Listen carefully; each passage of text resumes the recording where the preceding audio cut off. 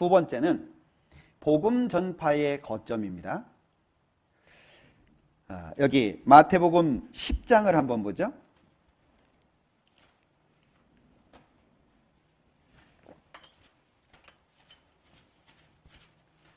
마태복음 10장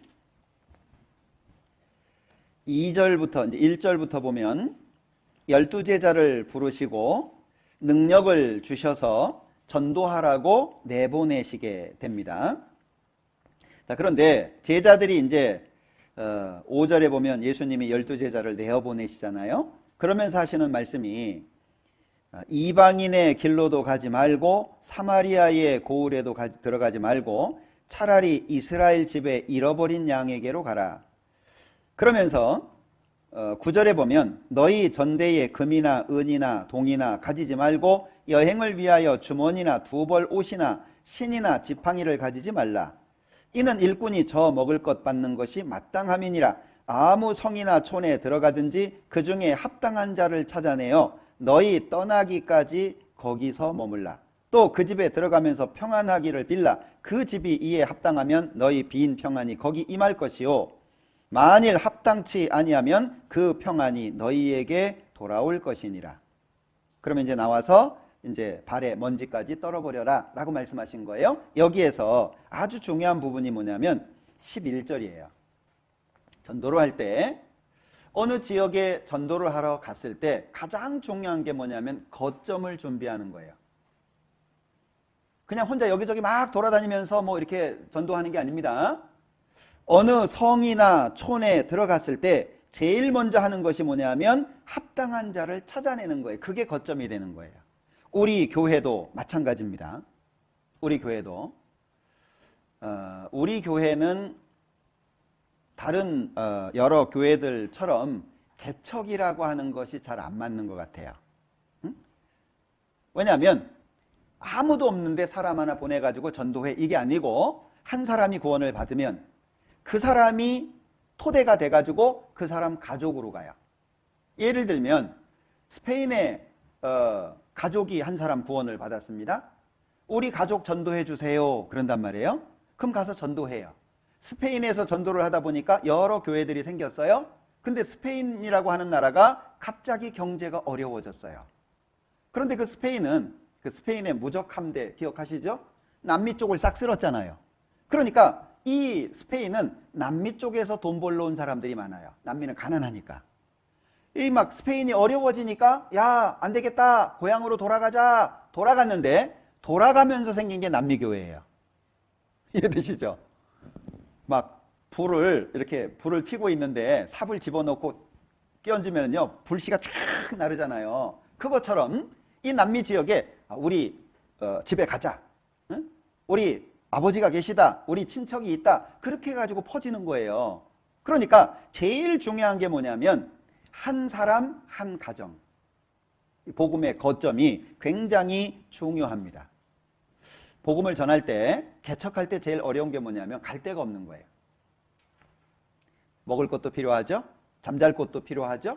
복음을 전하기 위해서는 성경 하나만 달랑 들고 가기가 쉽지 않잖아요. 누군가가 연합을 해줘야 되고 함께 하는 것이 필요하다라고 하는 거예요. 그걸 할 수 있는 사람을 찾아내는 것이 먼저라는 거예요. 우리가 인도라고 하는 나라를 전도할 때도 처음에 인도 사람 한 분이 돈 벌려고 한국에 나왔어요. 저 우리나라 김해 쪽에서 구원받은 분을 만나가지고 구원을 받았어요. 근데 이분 형이 목사예요.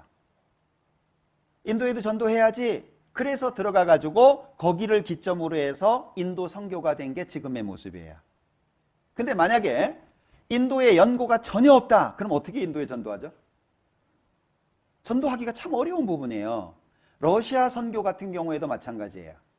러시아 선교도 어떤 목사님이, 한국 목사님이 러시아에서 선교를 하고 있었는데 우리 이요한 목사님이 쓰신 책을 봤어요.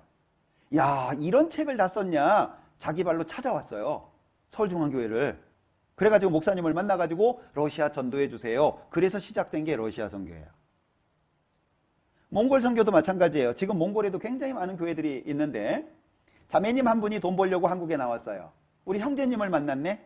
우리 형제님이 전도하려고 돈을 주면서 번역을 시켰어요. 하나님께로 가는 길. 번역을 시킨 거예요. 그러면서 구원을 받았어요. 아, 우리나라에 내 가족들 많아요. 그래서 시작된 게 몽골 선교예요.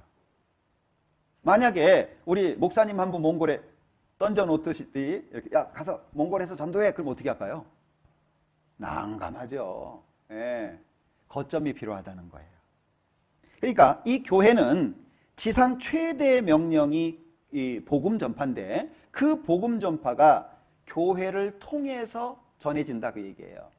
이 복음의 거점이라고 하는 부분이 굉장히 중요한데 한 사람의 순종으로 교회가 이루어지고 교회의 순종으로 복음이 전파가 되는 거예요. 제가 인도 선교를 여러 차례 갔을 때 우리가 이제 인도 선교에 가가지고 잘 몰랐던 게 있었어요. 이분들이 가난한데 그 가난함의 정도를 우리가 몰랐던 거예요. 자, 사람들하고 만날 때 우리는 햄버거 집에서 카페에서 만나는 게 자연스럽죠. 그냥 햄버거 먹으면서 얘기하지 이럴 수 있잖아요. 이분들은 평생 햄버거를 한번 먹을까 말까 해요. 하루 종일 일을 해가지고 주로 이제 신분이 낮은 사람들은 차, 인도가 홍차가 유명하잖아요. 차 잎사귀를 따는데 지문이 없어요. 지문이 안 보여요. 그렇게 하루 종일 일을 하면 그 당시에 우리나라 돈으로 1,000원 정도 벌어요. 그럼 햄버거 하나 얼마예요? 싼 게 3, 4천 원이에요. 그럼 햄버거 하나 먹으려면 며칠 일해야 돼요? 4일을 일해야 돼요. 먹겠어요? 못 먹어요. 근데 우리는 너무 익숙하잖아요. 햄버거 집에서 만나. 이 사람들이 눈이 이렇게 떠지는 거예요. 우리가 처음에 그분들의 삶의 질을 잘 몰랐어요. 그래서 선교에 이제 좀 어려움도 있고 그랬었는데 그 중에 한 형제님이 계셨어요.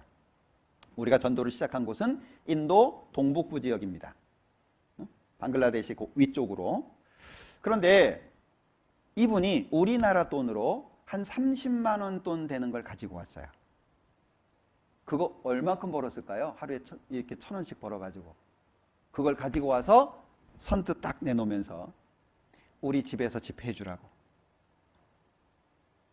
그래가지고 그 집에 가서 전도했잖아요. 예? 그 집에 복음이 전해집니다. 그러면 그 집을 기준으로 해가지고 그 마을의 전도가 되잖아요. 그래서 지금 인도에 교회가 인도 전역에 다 퍼져 있어요. 처음에 그렇게 시작된 거예요. 그러면 그 거점이라고 하는 것이 교회가 되는데 요한복음 12장 볼게요. 이 말씀은 다 기억하실 것 같은데 요한복음 12장 24절 내가 진실로 진실로 너희에게 이르노니 한 알의 밀이 땅에 떨어져 죽지 아니하면 한 알 그대로 있고 죽으면 많은 열매를 맺느니라. 왜 제가 이 말씀을 찾았냐면 여기에 있는 우리 청년 형제 자매님들은 앞으로 시간이 지나면 결혼을 하겠죠. 이미 결혼하신 분들도 계실 텐데 그런 비전을 가졌으면 좋겠어요. 내가 교회의 거점, 복음의 거점이 되기를. 결혼을 하는데 키 크고 잘생기고 직업 좋고 돈 잘 벌고 이거 말고 전도의 거점이 되기를. 지금도 수많은 사람들이 부르잖아요. 지금도 수많은 사람들이 우리의 손길을 기다리고 있잖아요. 지금 우리 교회가 복음을 전하고 있는데 전 세계에 거의 80여 개 나라에 복음을 전하고 있습니다. 아직도 부족합니다. 와달라고 하는데 갈 수 없는 지역들이 너무 많습니다. 지금 우리는 한국 같은 경우에는 정말 많은 사람들이 구원을 받았죠. 어떤 분들은 그래요. 야, 우리나라도 아직 전도 못한 지역이 많은데 무슨 외국까지 가냐 돈 들여가지고. 안 그래요. 외국에 가보세요. 제 인도 갔다가요 정말 가슴 아파서 왔어요. 한 10억 정도 되는 사람들이 하루에 1,000원 정도 버는 사람들이에요. 가재도구? 꿈도 못 꿔요. 선풍기? 꿈도 못 꿔요. 쫓겨다니지 않으면 다행이에요. 그러니까 많은 사람들이 철길 옆에 살아요. 기찻길 옆에. 왜? 기찻길 옆은 그 기찻길 그 땅은 국가 땅이기 때문에 쫓아내지 않아요. 근데 다른 땅은 주인들이 있으니까 쫓아내는 거예요. 그러니까 기찻길에 보면 자갈 같은 걸로 이렇게 깔아놓고 그러잖아요. 거기에다가 옷 빨아가지고 말려요. 아이들 거의 벌거벗고 살아요. 집 그냥 천막 찢어진 거 대충 얽어가지고 햇빛만 차단하면 집이에요. 그런데 보셨어요? 진짜 우리는 많이 갖고 있는 거예요. 너무 많이 갖다 보니까 자기가 얼만큼 가졌는지도 몰라요. 아이들 그냥 벌거벗고 살아요. 제가 한 번은 거기에 갔다가 조그만 아이가 뭘 물에다 씻어요. 그 또랑물이죠. 예? 여러분들 그거 보면 구역질할 사람들 많을 거예요. 또랑물인데 뭘 주워가지고 또랑물에다 씻어.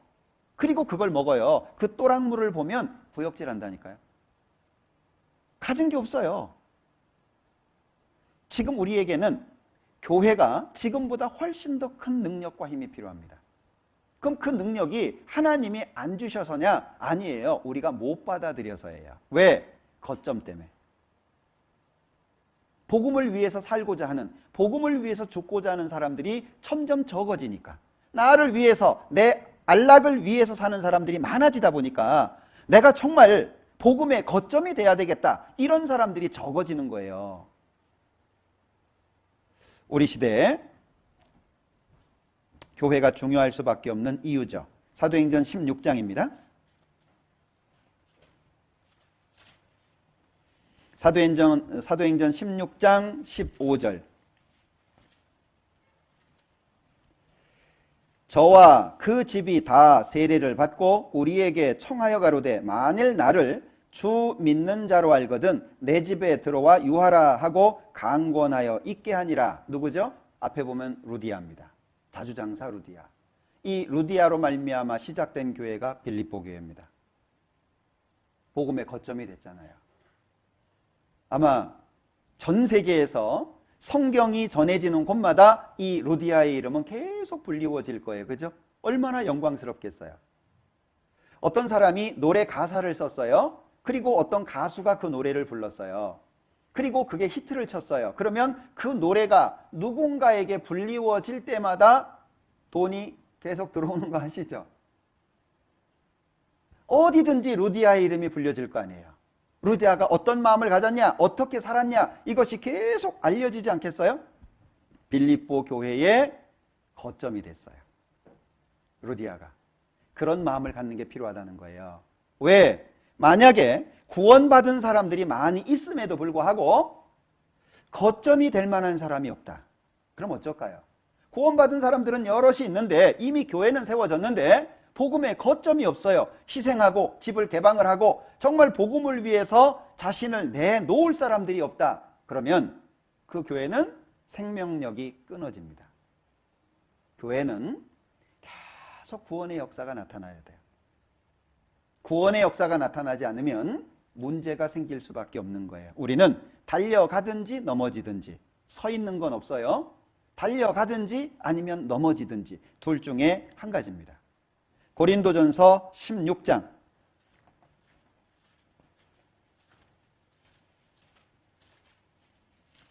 고린도전서 16장 15절. 형제들아, 스데바나의 집은 곧 아가야의 첫 열매요 또 성도 섬기기로 작정한 줄을 너희가 아는지라. 내가 너희를 권하노니 이 같은 자들과 또 함께 일하며 수고하는 모든 자에게 복종하라. 이 같은 자들, 어떤 자들이죠? 15절에 말하는 스데바나의 집과 같은 아가야 지역의 첫 열매입니다. 성도 섬기기로 작정을 했어요. 복음의 거점이죠. 자, 복음이 활발하게 전해지는 데 있어서는 매개체가 필요합니다. 우리가 힘을 내기 위해서도 뭔가를 먹어야 되죠. 그리고 힘을 내기 위해서 집중된 힘을 훈련하잖아요. 그냥 운동 안 한 사람과 운동을 한 사람이 힘을 내는 것은 다르죠. 그러니까 교회도 뭔가 폭발적으로 능력이 나타나기 위해서는 복음의 힘이 이렇게 나타날 수 있도록 만드는 매개체가 필요하다, 그 얘기예요. 그게 거점이에요. 그게 주님을 위해서 내가 죽겠다, 주님을 위해서 내가 내 모든 것을 헌신하겠다, 불편한 거 감수한다, 어려운 거 견딘다. 그러나 나를 통해서 복음의 역사가 온전히 나타날 수 있도록 나를 불사른다, 우리의 집을 드린다, 이런 거 있잖아요. 우리가 교회는 복음의 거점이 돼야 된다라고 하는 걸 꼭 기억하셔야 됩니다.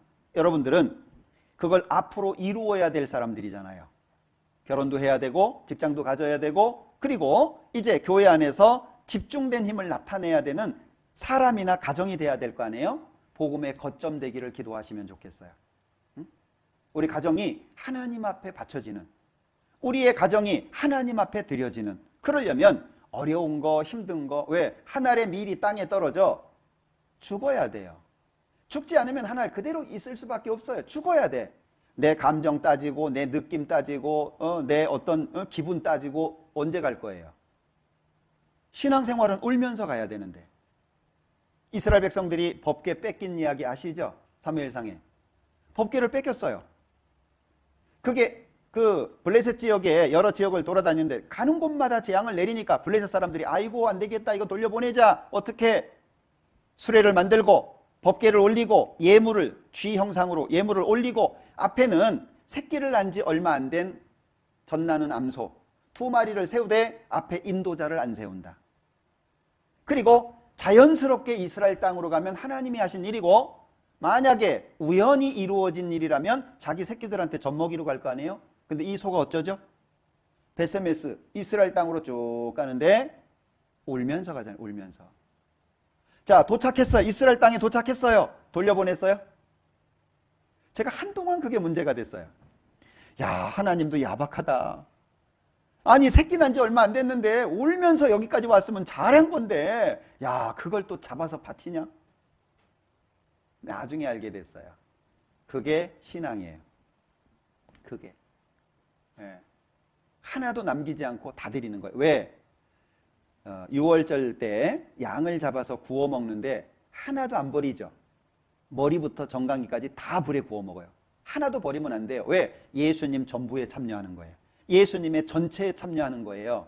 거기에는 맛있는 부위도 있고 식감이 좋은 부위도 있어요. 근데 어떤 경우에는 뜯어 먹어야 되는 부위도 있어요. 다 참여하는 거예요.